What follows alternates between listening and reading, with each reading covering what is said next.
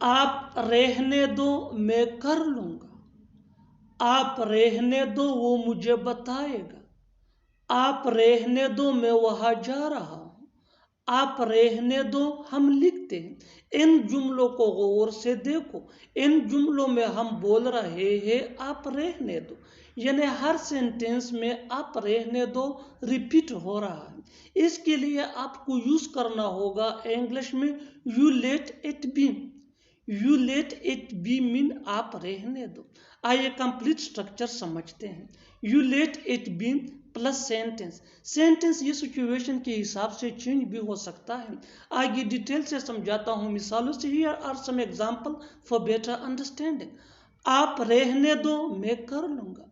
You let it be, I will do it. You let it be, I will do it. आप रहने दो, वो मुझे बताएगा। You let it be, he will tell me. You let it be, he will tell me. आप भी थोड़ी सी मेहनत करके इन छोटे छोटे से स्ट्रक्चर की मदद से अंग्रेजी जुबान सीख सकते हैं।